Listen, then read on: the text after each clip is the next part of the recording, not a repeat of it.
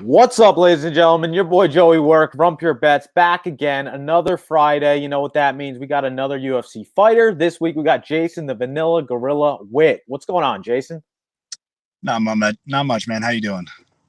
I'm good, man. Just excited excited to have you on the show, that's for sure. I appreciate you coming on and taking some time out of your day to hang out with us. Of course, man. I appreciate having me on. I appreciate it. Thank you. Awesome. Yep. So a question I normally ask all the fighters. The first one, I'm normally just interested how they got into MMA games. So what was your original reason, or how did you originally get into the MMA world?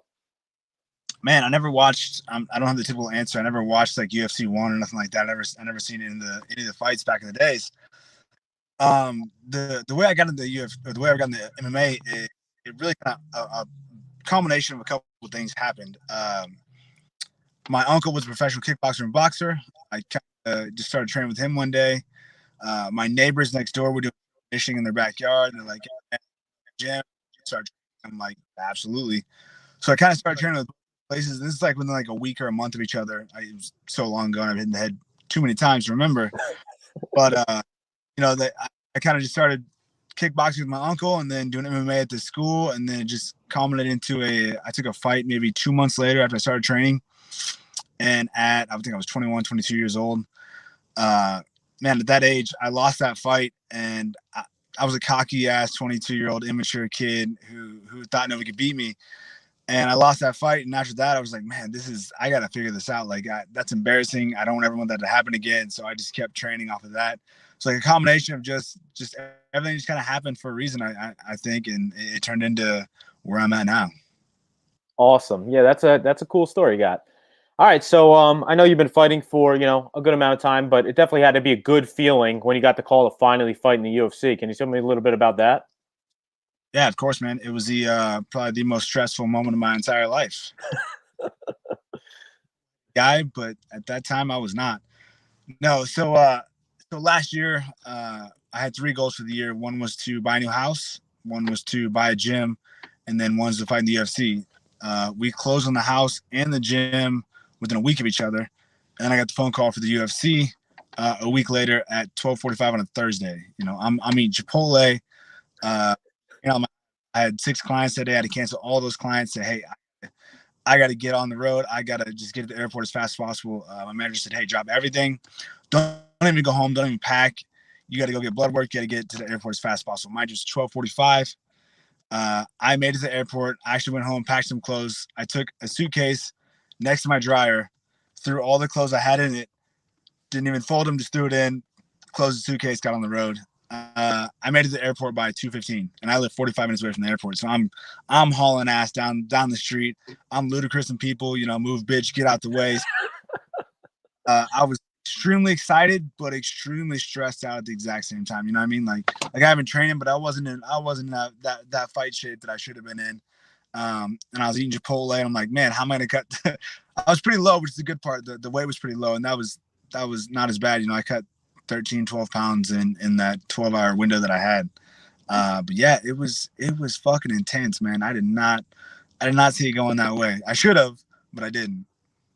Yeah, awesome. Well, congrats on first getting into the UFC, and then also the house and the gym. That's awesome accomplishments for you to knock them all off the list. So piggybacking on that last question, what was it like to beat Cole Williams and get that first win in the UFC?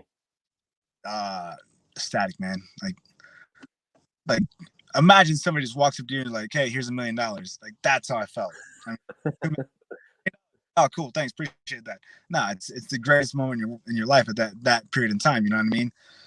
Like I said, I've been training for 12, 13 years now, and to just be able to get that tap and that victory really just kind of validates what you do.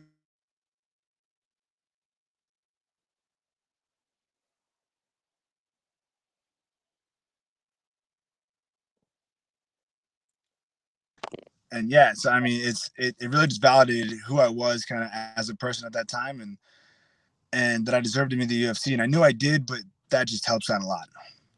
Yeah, awesome. All right, so tell me a little bit about training at Glory MMA. I know they got a great camp of fighters over there, a lot of multiple UFC stars, and quite possibly the coach of the year in James Krause. So how has your career really evolved since training at Glory?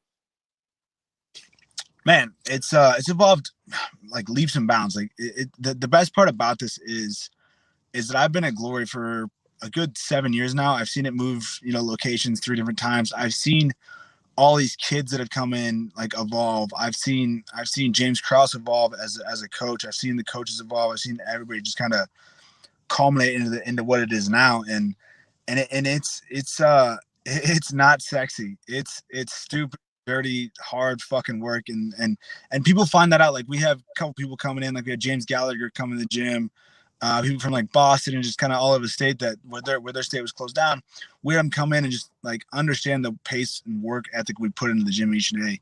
And that's really like, I think why my career has really just taken off. And I've been doing this for a while, so it's not like I'm just a new pup in this game. I'm a veteran of this sport now, which is weird to say to me. I don't know why, but I've been doing this for 13 years now.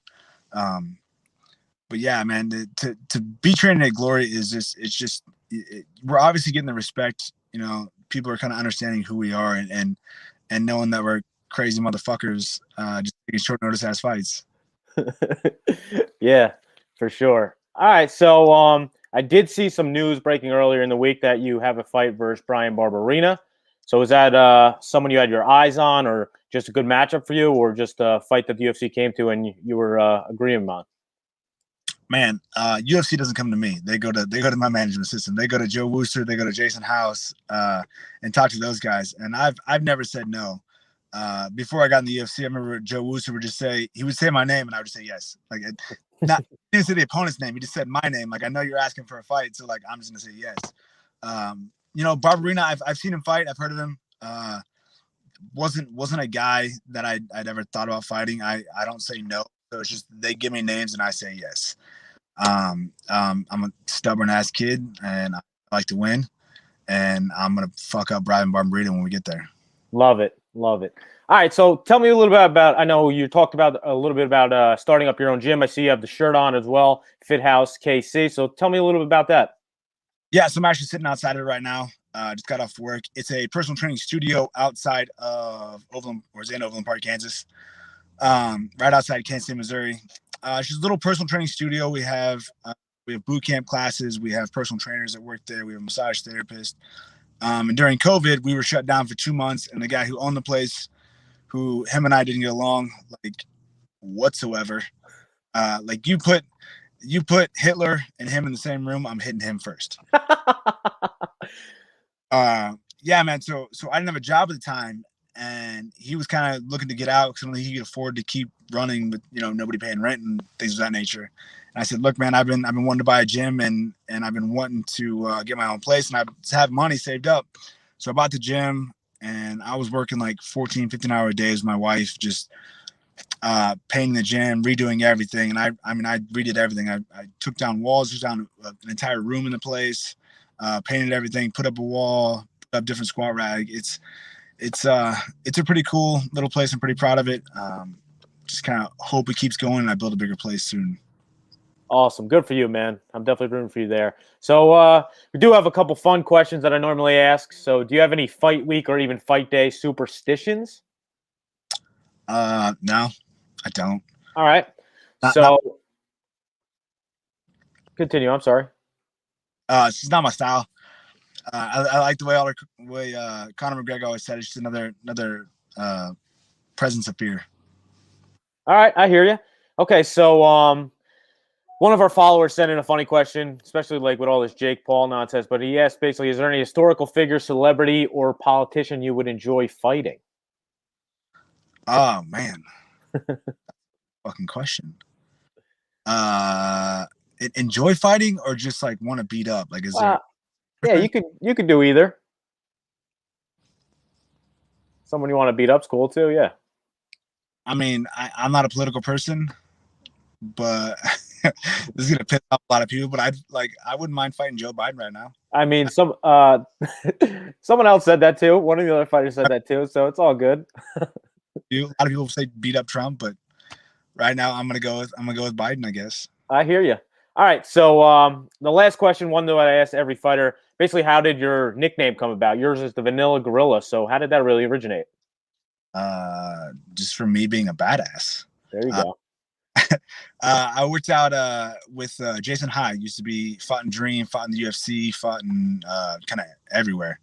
I was at his gym one time. We were training, and I just taken my last amateur fight at 55, and the weight cut went like shit. I kind of pretty much screwed my body up. Didn't eat enough calories. Yada yada yada. That's not a part of the story. But so after the fight, my body like just blew up. Like it's like I literally went from 155 to 198 in a matter of a month. And it wasn't because I was eating like shit. It was just my body needed food and just hadn't recovered from that weight cut. And I'm a pretty athletic guy. I was blessed with athleticism. I'm quick. I'm agile. And me at 198, 200 pounds, I looked like just a big vanilla gorilla. And my coach was like, "Man, you look like a vanilla gorilla." And the whole class starts laughing. And And so, like, if you don't pick your nicknames, you just get the nicknames you get, and the ones that stick. So everybody's laughing. Like that's just the way it is. You're not getting out of it. And I enjoyed it because when I think my first pro fight was a month or two later, and they announced that, and I started laughing in the cage because I thought it was funny. I'm like, if you can have a nickname that makes you laugh inside a cage when you're about to fight another human being, that has to be a good thing. You know what I mean? It calms you down a little bit, makes you just laugh. So I enjoy it. Yeah, absolutely. The nickname stories are always good ones. So Scott Mack in the chat is asking to ask you about Gina Mazzani, who's fighting tomorrow. Any insight on her fight tomorrow? Oh, she's a gangster. She's a workhorse. That girl puts in work. I remember when her first fight when she came to Vegas, James Krause had her in like 18 or 19, 20 sessions a week. Like just and the good thing was I saw that girl break. When she came to Glory and James Krause put her through some shit, and I saw her one day just bawling her eyes out during a session, and Krause like, "Yo, figure this shit out," and she did. And I've seen her in those same situations now where she's just a monster going through people. We like to call her Shredder Gina because when she gets a fight camp, she just gets massively shredded. It's insane. She's a gangster. She's good. I don't roll with her very often because obviously I'm a welterweight and she's a lot smaller, but it's fun to see. It's fun to see her progress and just be excited to watch her fight this weekend. Awesome. Thanks for sharing that. All right. So if it's all right with you, we'll just get your thoughts on the co-main and main event for tomorrow, UFC 262. Yep. Okay. So co-main, Tony Ferguson, Beneil Dariush. Tony's on a 2-fight losing streak versus Justin Gaethje and Charles Oliveira. But, he's been a staple in the sport for years. He hasn't lost since 2012. Previously, he was on a 12-fight win streak, won all by stoppage except for all of them except for 2 in that win streak. And then Beneil gets in here on a 7-fight win streak where he has wins over Drew Dober, Thiago Moises, Drakkar Klose, Scott Holtzman, Diego Ferreira. He's another UFC vet who's been fighting with the organization since 2014 and has a 14-4 record in the UFC. How do you see the co-main going down? Man, I got Beneil in this one. I do. I think everybody's kind of figured out Tony Ferguson a little bit, and I've watched the embed and I watched the countdown. And Tony said he switched the stuff up a lot and kind of took away the yes men in his group and kind of worried more about himself. But I think Beneil's just on that different level. I think he'll be able to kind of slow Tony's sporadic pace down. I don't know what kind of style you call his, but sporadic sounds like a pretty good word for that guy. But I think Beneil's going to take that one. I don't know if he's not going to stop Tony because Gaethje barely stopped Tony, and that dude got brain damage from Jesus Christ. But yeah, I think Beneil decision on that one. Okay, cool. So main event, Charlie O, Michael Chandler. This is for the vacant lightweight championship. Charlie, another guy riding a big win streak, 8 straight wins, all by finish except for his last fight with over Tony Ferguson. He's very skilled everywhere, 30% professional wins. He rarely leaves it up to the judges, 27 by finish, 19 coming by submission. Michael Chandler, he had an impressive win over Dan Hooker, his first UFC fight since coming over from Bellator. And he immediately steps in for a title shot. Another finish artist, he's skilled wrestler as well, 22 professional wins, 17 by finish. This is going to be a 5-round fight, so I've been very surprised to see the judges get a score of this one. What do you think about the main event? Yeah, that's a tough fight. They are both just top level of the sport. Obviously, that's why they're fighting for the UFC belt. But I had Dan Hooker beating Michael Chandler. I really thought with his knees and his range control, I thought he would kind of slow him down and catch him with something. But man, Michael Chandler just went in there and put a clinic on him. I don't think Dan Hooker threw more than like 2 or 3 punches that whole entire fight. I watched it the day. Michael Chandler's good, man. You got to give that to him. He's kind of kind of a douche, kind of a WWE guy on the microphone when he got in the UFC. But hey, that's who he is. I mean, winners win. You get to say whatever the fuck you want to when you win. And Charles Oliveira is just, I mean, that dude's just a savage on the ground. Like, how many bonuses he has? What, like 13 bonuses, something stupid from submissions and stuff like that. Fight of the night, things of that nature. I don't see it going to the ground. I don't see Chandler trying to shoot and take him down because Oliveira's guillotine is just stupid. And I mean, you got Michael Chandler's wrestling, which is phenomenal. You got Oliveira's jiu-jitsu, which is phenomenal. So I mean, that really only, I think those will nullify each other, and they'll just end up being a Muay Thai guy versus a wrestling striker who has really good power. So I mean, I'm gonna take Michael Chandler. I just think he'll surprise Oliveira with some strikes and really kind of do the same thing he did to Hooker. But man, that's gonna be an exciting fight no matter what. For sure. That's a great breakdown from yourself. All right, so first off, I want to say thanks again for coming on the show. Really appreciate it. Is there anything you'd like to plug? Can you let our followers know where they could find you on social media? Yeah, I'm on _Vanilla Gorilla on Instagram. That's really where I spend most of my time at. I think I'm on Twitter at Van Gorilla MMA, and just Facebook under Jason Witt MMA is all my social medias. Sweet. All right, thanks again. We're going to be rooting for you in the future. I am sponsored by Sauce Bay Hot Sauce. I'm not sure if you like hot sauce or not, but it's an all-natural hot sauce seen on season 9 of Hot Ones. A lot of celebrities tried it. Stone Cold Steve Austin, Adam Devine, Kristen Bell, Juice WRLD, Schoolboy Q. Nothing but good reviews. So as a thank you for taking some time out, I'd love to send you a couple bottles. Just, DM me your address to send it to, and I'll send you a couple bottles for free. Of course, my wife is a hot sauce fanatic. You can feed that girl any hot whatever, and she'll take it. And I'm like, Jesus Christ. I can't jalapeno. Like I can't deal with wasabi. Like I wasn't grew up that way. I didn't get the taste buds for spicy shit, but my wife will love that shit. So I appreciate that. Thank you. Yeah. So there's one version that's hot and a hotter version and the less hot one. So you tried the less hot, give her the hotter version. And yeah, you'll definitely like it. It tastes like a little pineapple, whatnot, but it's not the less hot version is not that hot. So, but you'll enjoy it. So I'll send them out to you for sure. Thanks again. Another great week, another great guest. Shout out Jason Witt. Really appreciate it. We'll be rooting for him in the future. Make sure to follow him on all social medias. Hit the like button for me, guys. Subscribe to the channel. I'm out. I'll be back. I'll be back on Sunday with baseball. I'm next Friday with another UFC fighter. Appreciate your time. We're out. Peace.